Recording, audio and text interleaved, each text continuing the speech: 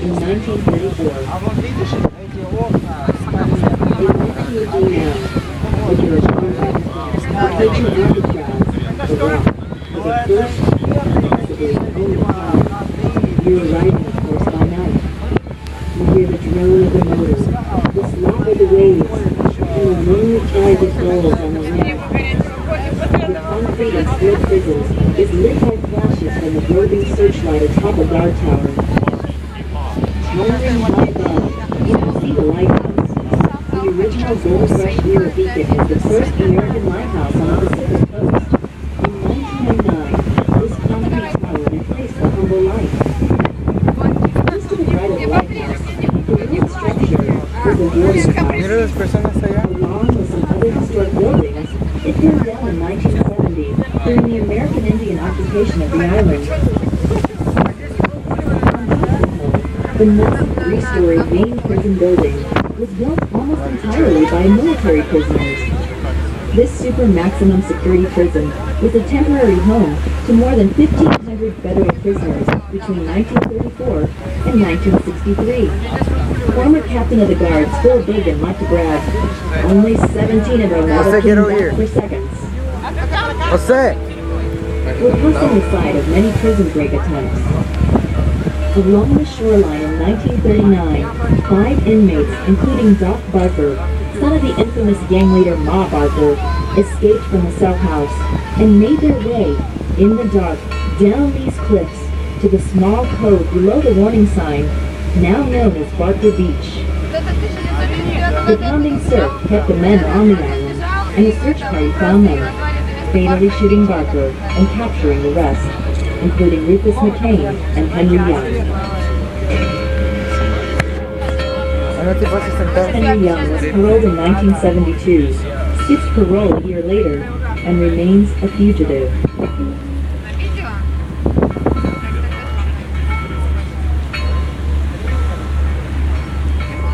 Look for the long, steep concrete stairway on the hillside.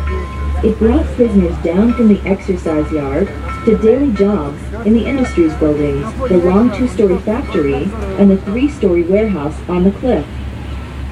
Prisoners with work privileges earned between 5 and 30 cents per hour, doing military laundry and making brushes, clothing, and furniture. In 1943, 4 others had a chance to test the waters near here. They tied up an industries guard and scrambled down to the shoreline. This group included Floyd Hamilton, bank robber and former driver for the infamous outlaws Bonnie and Clyde. Tower guards fired on the swimmers.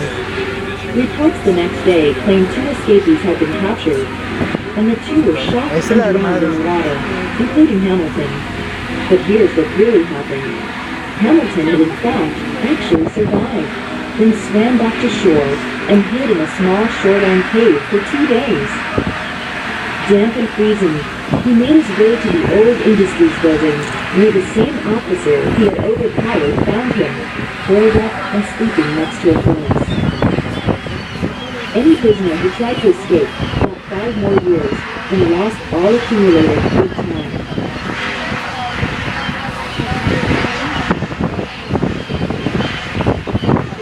The tall smokestack coming into view along the shore was part of the powerhouse. This is where the electric power and steam for heating the prison were generated. Water for the island had to be shipped in and stored in water towers like the one up ahead. Behind the water tower is the original site of the rose garden and greenhouse left over from the military era. In 1933, the Federal Prison Board Secretary, began tending the island's ancient roses. He even lobbied the warden to let inmates work the soil.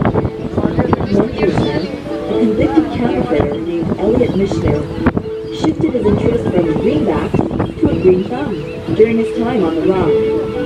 He helped Reingold build a tool shed and greenhouse, and even won permission to order seeds and bulbs. Mishner tended his garden, and indeed himself. After his release, he never returned to prison, and gardened until his death at the age of 95. He wrote later the experience gave him a lasting interest in creativity. Look for his gardens dotting the island, now being restored by volunteers. Up ahead, near the shore, are the ruins of the Officers Club and Social Hall.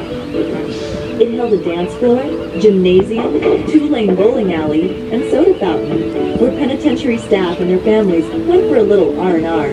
Besides the social hall, there was a small store for the some 300 civilians living on Alcatraz. We're coming within view of the large, whitewashed U.S. Army guardhouse. You can still see the original gun slit in the basement, which was the island's original prison. It was accessed via trap door and ladder. Just ahead, if you glance up below the cell house, you might see a burst of colorful flowers.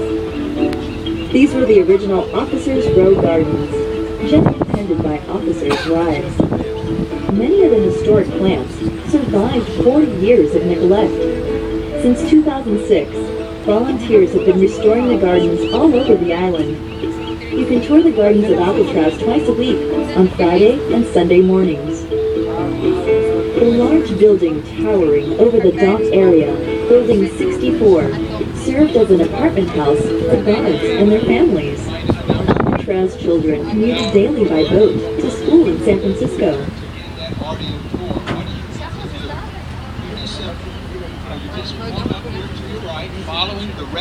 Overlooking the cement pier just ahead, look for the painted greeting saying, "Indians Welcome." The graffiti is a reminder of the historic American Indian occupation of Alcatraz Island from 1969 to 1971. A group of Indian activists from many tribes took over the neglected island to show the world it was time for America to honor its treaties with their people. The government put an end to the symbolic takeover, but the 18-month occupation was not in vain. It brought a lasting change in federal policy toward the tribes and sparked a growing political movement. Each year, on Thanksgiving and Columbus Day, Indians hold a sunrise ceremony on Alcatraz to remember the occupation. As we swing around the southern tip of the island, notice how close the glittering city of San Francisco really is.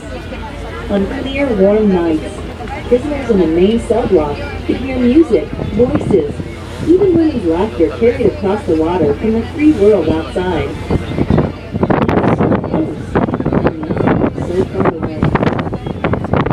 The new green spiny plant you'll start to see, Gaga Americana, is not native to the island. The leaves are planted to help prevent erosion.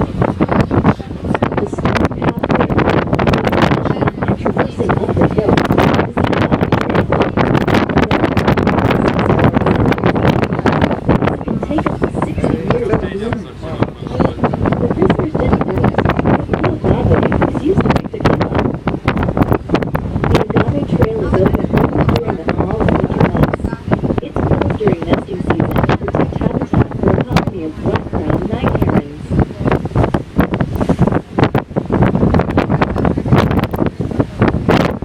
we escape around the island and head out towards the Golden Gate Bridge, let's talk about a couple more amazing escapes. Frank Morris, played by Clint Eastwood in the movie Escape from Alcatraz, and two brothers, John and Clarence Anglin, began planning to skip the joint in 1963. Morris noticed events in each side actually led to a field-wide digital planning shot, and hopefully freedom. Over several months, the complete drivers removed the beds, tools, stolen, vehicles, and parts.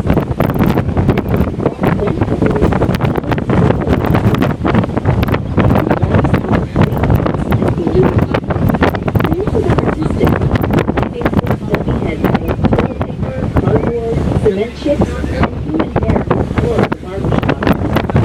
They placed them on their pillows for night guards. On the night of June 11, 1962, they made their break. With the light of the pipes in the utility corridors and out onto the top of the interior cell block. They growled around and stashed there, shimmied down the southwest wall, and plunged into the water. Sailors on a merchant freighter reported seeing boxes floating in the air, but it took 5 days before it could be recovered. The panels the escapees used and other evidence was found floating on neighboring Angel Island.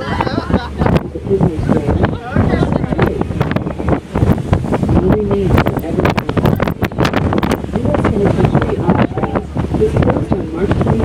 19